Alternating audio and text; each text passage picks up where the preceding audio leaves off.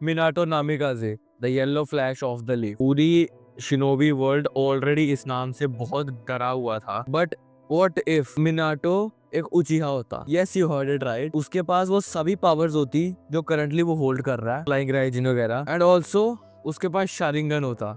मांगे क्यों शारिंगन होता?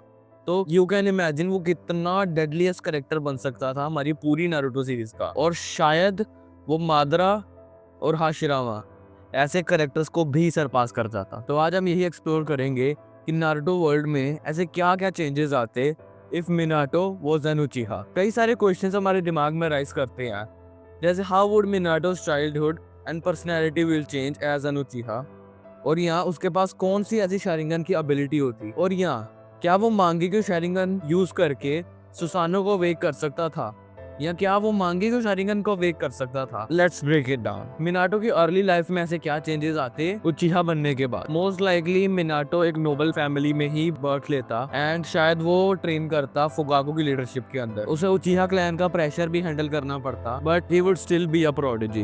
वो शायद अपनी शारिंगन को बहुत ही जल्दी अवेक कर लेता, क्योंकि he was a genius from his childhood only. तो शायद हमें ये देखने को मिलता कि बाकी उचिहास के कंपैरिजन में मिनाटो ने शारिंगन को जल्दी अवेक कर लिया। How the Sharingan would enhance Minato? तो जो बेस शारिंगन बूस्ट होते हैं, मिनाटो को वो सारे बेसिक शारिंगन बूस्ट तो मिलते, जैसे वो कॉपी कर सकता था हर एक जुत्सुस को, जैसे काकाशी करते थे, एंड गेनजुत्सुस भी परफॉर्म कर सकता था, और जो उसकी रिफ्लेक्सेस थे या वो रीड करता था कि सभी मूवमेंट्स को, वो भी पहले से बहुत ज्यादा इनहेंस हो जाते। और शायद जो मांगेगु शारिंगन की पॉसिबिलिटीज ये हो सकती हैं due to some events, like किसी जैसे कुशीना की डेथ हो जाती तो तब वो मांगेगु शारिंगन अवेक कर सकता था, या किसी फ्रेंड क्लोज फ्रेंड की डेथ हो जाती तो उस पे वो उसकी मांगेगु शारिंगन अवेक हो जाती। उसकी मांगेगु शारिंगन की पॉसिबल एबिलिटीज क्या हो सकती थी? मेरे ख्याल से उसकी जो मांगेगु शारिंगन है वो एक टाइम मैनिपुलेशन से रिलेटेड होती, क्योंकि मिनाटो जो है वो अपनी स्पीड के कारण जाना जाता था, तो शायद वो या तो टाइम मैनिपुलेशन रिलेटेड कोई जो जुत्सु यूज करता,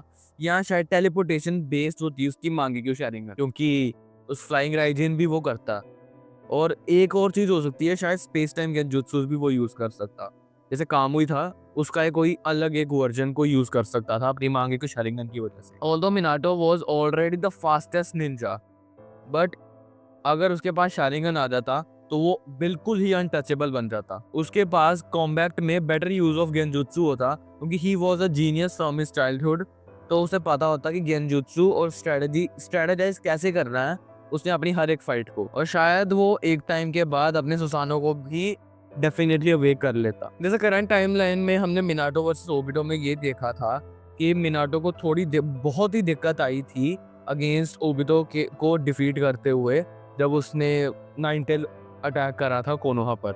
लेकिन एज एन उचिहा जो मिनाटो की बेस शारिंगन एबिलिटीज थी, उसे इजीली अलाउ कर देती टू सी थ्रू कामुई, क्योंकि उसे पता होता कि ये चीज कैसे वर्क करती है, क्योंकि उसे मांगी शारिंगन के बारे में आइडिया होता। एंड पॉसिबली मिनाटो जो है वो गेनजुत्सु यूज करके नाइनटेल को अपने कंट्रोल के अंदर ले आता, एंड जो ओबिटो का कंट्रोल था कुरामा के ऊपर वो खराब हो जाता, जिससे कि डिस्ट्रक्शन कम हो जाती। अगर तो मिनाटो की मांगेगु शारिंगन टाइम बेस्ड मांगेगु एबिलिटी पे बेस्ड होती, तो शायद उसे कोई ज्यादा ऐसी दिक्कत नहीं आती ओबिटो की कामुई को काउंटर करने में। तो इसका सीधा सीधा आउटकम तो यही निकलता है कि वो इजीली ओबिटो को हरा देता, कोई ऐसी सच दिक्कत नहीं आती, और शायद हमें नारुतो के अंदर कुरामा सील करने की भी कोई जरूरत नहीं पड़ती। थर्ड शिनोबी वॉर के टाइम पे जब मिनाटो ने फाइट करी था अगेंस्ट ए, जो कि था फोर्थ राइक आगे, एंड उसके भाई किलर बी के अगेंस्ट, उसने वैसे इजीली कर ही दिया था, इनको हरा दिया था। बट अगर मिनाटो एज अ उचिहा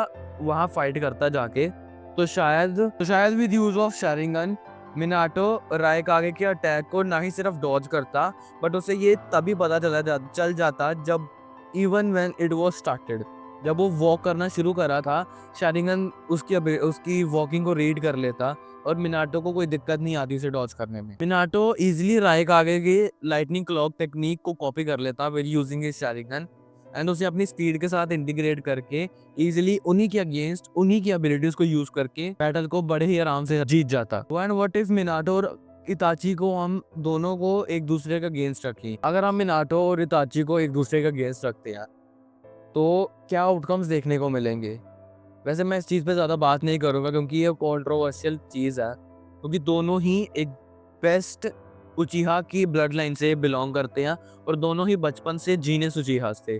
तो शायद वो दोनों एक दूसरे के साथ फाइट करते और कोई ना जीतता, and rather they will both and up losing against each other. Although Minato बिना उचिहा ब्लड लाइन के भी एक जीनियस और एक लेजेंडरी कैरेक्टर था, बट अगर हम उसे शारिंगन की पावर दे देते हैं तो his power levels are out of the chart. With Sharingan और उसके इलीट रिएक्शन जो उसके पास पहले थे और बैटल आईक्यू, अगर इन सभी चीजों को कंबाइन कर देते हैं then he is the unbeatable character of Naruto. और अगर वो मांगे को शारिंगन एबिलिटी अनलॉक कर लेता तो शायद उसे ऐसी कोई दिक्कत ही नहीं आती कई सारे स्ट्रॉन्ग कैरेक्टर्स के साथ फाइट करने में। मोस्ट लाइकली अगर उसकी होती है time based, and most likely अगर उसकी टाइम बेस्ड मांगे को एबिलिटीज होती है तो उसे तो कोई दिक्कत ही नहीं आएगी किसी भी स्ट्रॉन्गेस्ट कैरेक्टर से फाइट करने में, and he might surpass Hashirama also, and वो स्ट्रॉन्गेस्ट शिनोबी कह लो या स्ट्रॉन्गेस्ट होकागे बनने के केपेबल हो जाता। Minato was already unstoppable, but with the power of उचिहा he will reach the God level, जैसे हागरोमो तक का पावर होती है उसके पास, एंड शायद वो स्ट्रॉन्गेस्ट होकागे भी होता अब तक का, या ये भी हो सकता था कि उसकी इमेंस पावर शायद शिनोबी वर्ल्ड में ही कोई दिक्कत ले आती। तो तुम गाइस बताओ कि तुम्हें क्या लगता है कि अगर मिनाटो के पास उचिहा पावर्स होती तो क्या क्या चेंजेस तुम्हारे हिसाब से इस स्टोरी में आते। Do let me know in the comment section, and मैं मिलता हूँ तुम्हें अगली वीडियो में। Till then bye bye.